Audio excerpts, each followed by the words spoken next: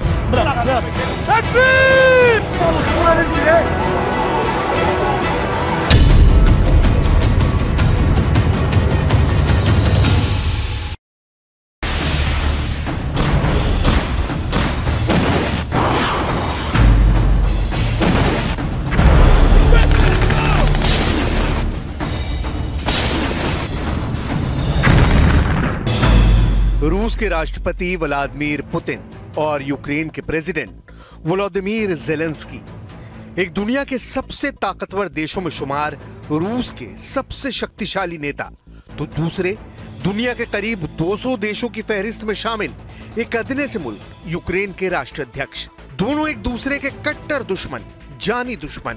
लेकिन क्या पुतिन ने ज़ेलेंस्की को जीवन दान दिया है? क्या पुतिन ने ज़ेलेंस्की को ना मारने का वादा किया है? इन सवालों पर बहुत बड़ी खबर आई है, वो खबर आपको दिखाएं। उससे पहले जरा युद्ध में तबाही का ये मंजर देखिए।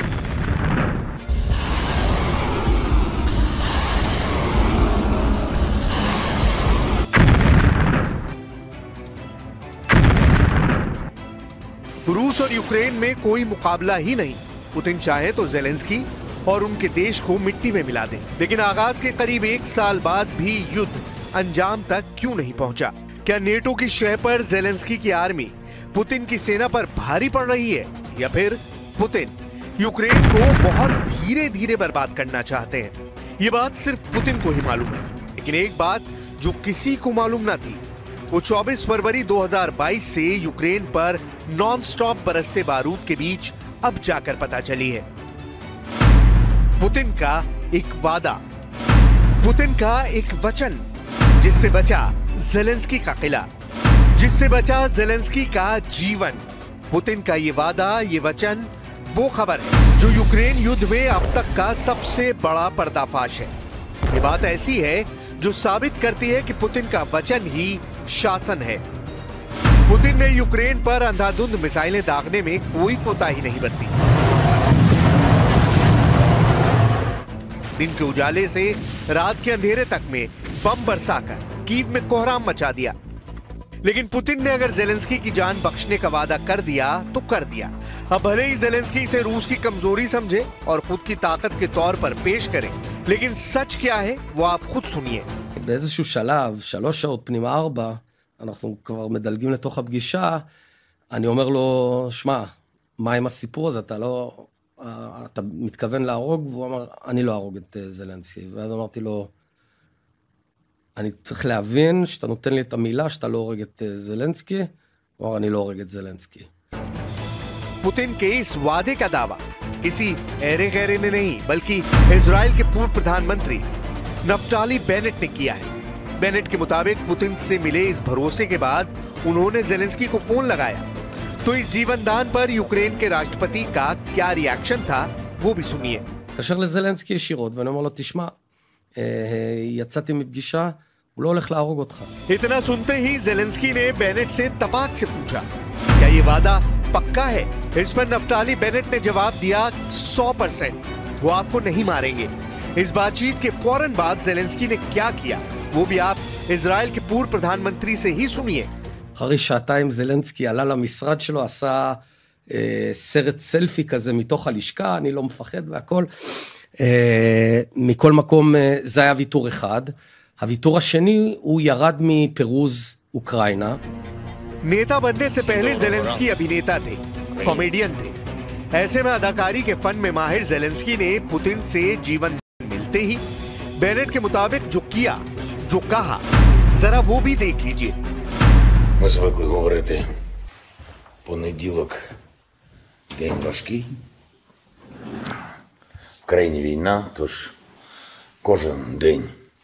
ये तस्वीर पिछले साल मार्च के पहले हफ्ते की है, जब उस वक्त इजराइल के प्रधानमंत्री नफ्ताली बेनेट अचानक मॉस्को पहुंचे थे। 24 फरवरी 2022 को यूक्रेन पर रूस के पहले अटैक के बाद किसी दूसरे देश के नेता का यह पहला मॉस्को दौरा था। उस समय बेनेट के मॉस्को दौरे की खबर इंटरनेशनल मीडिया की हेडलाइंस थी, क्योंकि बेनेट ने रूस और यूक्रेन में मध्यस्थता की पहल की थी। यूक्रेन में युद्ध के बरसते शोलों के बीच रूस जाने की हिम्मत दिखाई थी।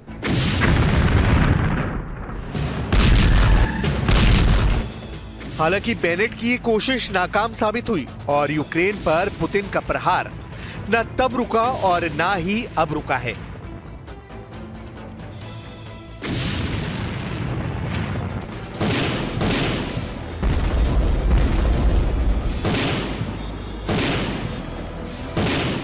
लेकिन पिछले साल मार्च में जो कोशिश इजराइल के तब के प्रधानमंत्री ने की, उसकी इनसाइड स्टोरी अब जाकर सामने आई है। तब बेनेट ने पुतिन से क्या पूछा था, वो आज देखिए। मॉस्को दौरे पर बेनेट ने पुतिन से पूछा कि क्या आप ज़ेलेंस्की को मारने का प्लान बना रहे हैं। इस पर पुतिन ने जवाब दिया कि वो ज़ेलेंस्की को नहीं मारेंगे। इस पर बेनेट को यकीन न हुआ, तो एक बार फिर से पूछा कि क्या पुतिन इसका वादा कर रहे हैं कि वो ज़ेलेंस्की को जान से नहीं मारेंगे। इस पर पुतिन ने फिर दोहराया कि वो ज़ेलेंस्की को नहीं मारेंगे। इसके बाद ज़ेलेंस्की ने क्या किया, उसकी कहानी आप बेनेट की जुबानी सुन चुके हैं और वीडियो सबूत देख चुके हैं। बेनेट के मुताबिक उनकी मध्यस्थता की पहल के दौरान पुतिन ने यूक्रेन के डिसआर्मामेंट यानी निरस्त्रीकरण की जिद छोड़ दी थी, तो ज़ेलेंस्की ने नेटो में शामिल न होने का वादा किया था। लेकिन पुतिन ने जैसे ही ज़ेलेंस्की को न मारने का वादा किया और ये वादा जैसे ही ज़ेलेंस्की के कानों तक पहुंचा, फिर तो उन्होंने अपनी शेखी बगाड़ने का मौका नहीं गंवाया। 2022 की फरवरी में शुरू में हुए यूक्रेन युद्ध के बाद ज़ेलेंस्की वो शख्स हैं जो पूरी दुनिया के टीवी पर छाए रहते हैं। ज़ेलेंस्की रोज स्टेटमेंट जारी करते हैं और कुछ ही देर में उनका वीडियो मैसेज पूरी दुनिया में वायरल हो जाता है। वो चलते हुए भी स्टेटमेंट जारी करते हैं, हंसते हुए भी बयान देते हैं और गुस्से वाले मूड में भी दुनिया उन्हें रोज देखती है।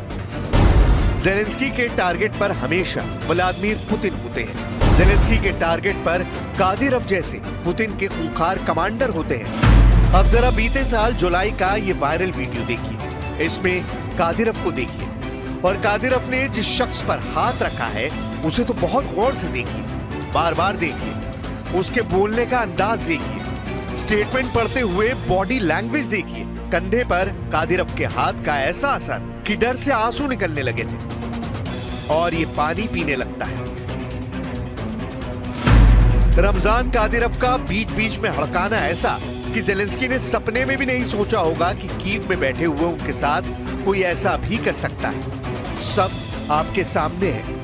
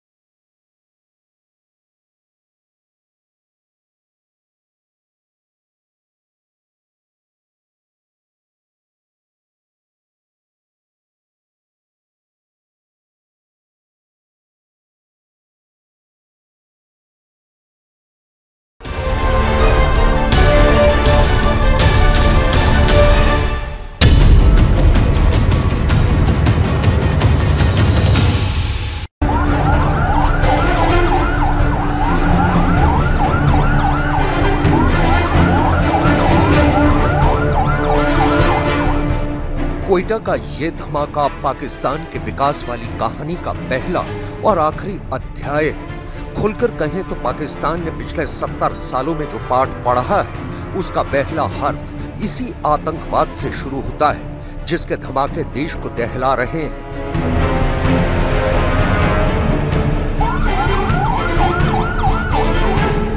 ये धमाका क्वेटा के सबसे सुरक्षित इलाके में किया गया। पुलिस वालों को टारगेट करके ब्लास्ट को अंजाम दिया गया और इसका असर दिखा उस मैच पर जिसमें पाकिस्तान के 2 इंटरनेशनल खिलाड़ी खेल रहे थे। विस्फोट के बाद दोनों क्रिकेटर स्टेडियम से भाग खड़े हुए। दोनों के दिलो दिमाग पर खौफ ऐसा बरपा कि उनके हाथ से बल्ला और बॉल छूट गया और पाकिस्तान क्रिकेट एसोसिएशन यानी पीसीबी डिमांड कर रहा है उनके देश में एशिया कप की मेजबानी नहीं छीनी जाए। लेकिन क्या ऐसा होगा? इस सवाल का जवाब उन सबूतों में शामिल है जो चीख चीख कर कहते हैं कि आतंकिस्तान में जेंटलमैन गेम क्रिकेट का आयोजन अपने खिलाड़ियों को बलि चढ़ाने जैसा है। दुनिया का कोई भी देश अपने खिलाड़ियों को पाकिस्तान के कातिलों के हवाले नहीं करना चाहेगा। एशिया कप की मेजबानी को लेकर पाकिस्तान की हो रही फजीहत की दास्तां आगे दिखाएंगे, उससे पहले उस बर्बादी का बैकग्राउंड समझने की कोशिश करते हैं जिसने पाकिस्तान को डुबो दिया। क्वेटा ग्लेडिएटर्स और पेशावर जालमी के बीच एक प्रदर्शनी मैच खेला जा रहा था कि तभी स्टेडियम के बाहर एक भयानक बम धमाका हुआ। इस प्रदर्शनी मैच में बाबर आजम, सरफराज अहमद, शाहिद अफरीदी और नसीम शाह जैसे खिलाड़ी खेल रहे थे। विस्फोट के कारण इन खिलाड़ियों को मैदान से भागकर पवेलियन के अपने ड्रेसिंग रूम में छिपना पड़ा। जरा सोचिए, ये खिलाड़ी तो पाकिस्तान के अपने हैं जिनके परखच्चे उड़ाने से भी पाकिस्तानी आतंकवादी बाज नहीं आ रहे। फिर दूसरे खिलाड़ियों के खिलाफ नफरत के साथ पाकिस्तानी आतंकवादी क्या करेंगे जब कोई देश इनके मुल्क में खेलने पहुंचेगा? जाहिर तौर पर पाकिस्तान में क्रिकेट मैच खेलना जानबूझकर साइनाइड चाटने जैसा है। पाकिस्तान में सुरक्षा चाहे सड़क हो या संसद एक मजाक बन गई है। क्वेटा ब्लास्ट से पहले पेशावर के मस्जिद में फिदायिन हमला हुआ। 100 से ज्यादा लोग मारे गए जिसमें ज्यादातर पुलिस वाले थे। क्वेटा में भी आतंकवादियों के टारगेट पुलिसकर्मी ही थे। सवाल है, पाकिस्तान किस बूते पर विदेशी खिलाड़ियों को सुरक्षा मुहैया कराने का दावा कर रहा है जब वो अपने ही खिलाड़ियों की जान बचाने में फेल हो रहा है? पाकिस्तान में पिछले 2 दशक से किसी भी बड़े मल्टीनेशनल टूर्नामेंट को आयोजित नहीं किया गया है।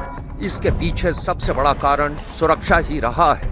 ऑस्ट्रेलिया, इंग्लैंड और न्यूजीलैंड जैसी कुछ बड़ी टीमें पाकिस्तान बायलैटरल सीरीज खेलने जरूर आईं, लेकिन किसी मल्टीनेशनल टूर्नामेंट की मेजबानी से पाकिस्तान को दूर रखा गया, जिसका कारण सुरक्षा ही है।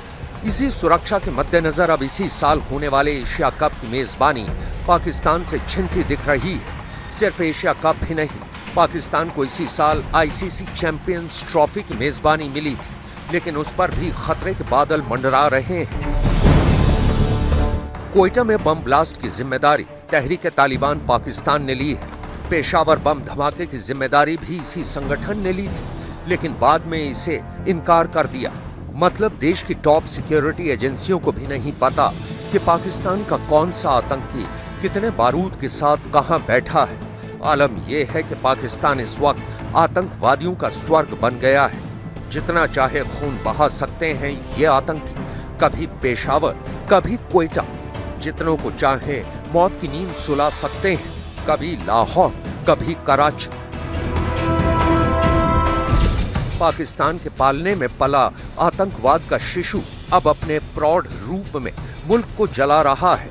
रक्त बीज की तरह इंसानों का लहू चाट रहा है और हुक्मरान खामोश तमाशबीन बन गए हैं।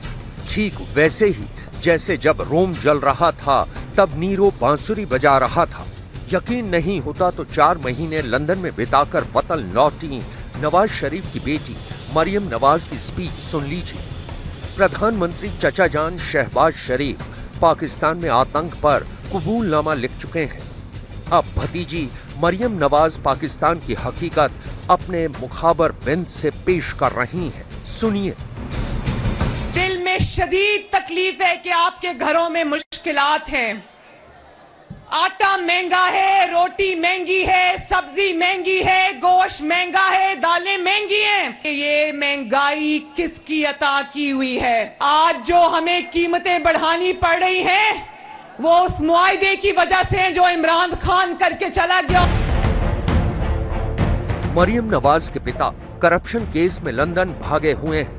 वर्तमान प्रधानमंत्री शहबाज शरीफ यानी मरियम के चचा जान पर करप्शन के कई केस चल रहे हैं और खुद मरियम नवाज करप्शन केस में जेल काट चुकी हैं। ये बेहद सीधी और सामान्य सियासत है कि जब अपने से कुछ ना हो तो ठीकरा पहले वाले पर फोड़ दो। मरियम नवाज यही कर रही हैं। बाजवा साहब जब रिटायर हुए तो उन्होंने लोगों को कहा कि मैं मानता हूं कि इमरान खान जैसा ब्लंडर हमसे हुआ है। ये पाकिस्तान के 75 सालों में तारीख का सबसे बड़ा ब्लंडर था। और ये ब्लंडर नहीं था, ये सांप था जो 5 के टोले ने पाला। सांप, अब यही सांप उस 5 के टोले को डस रहा है।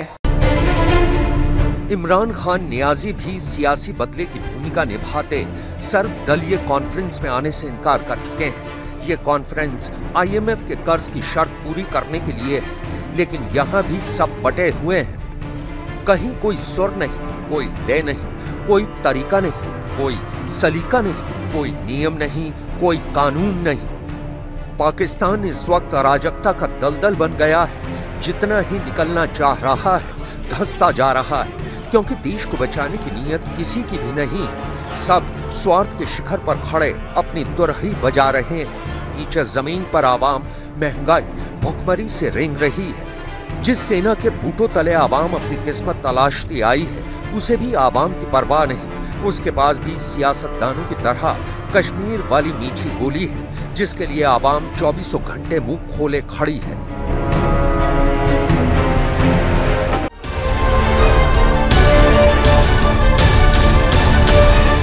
देश का हर घर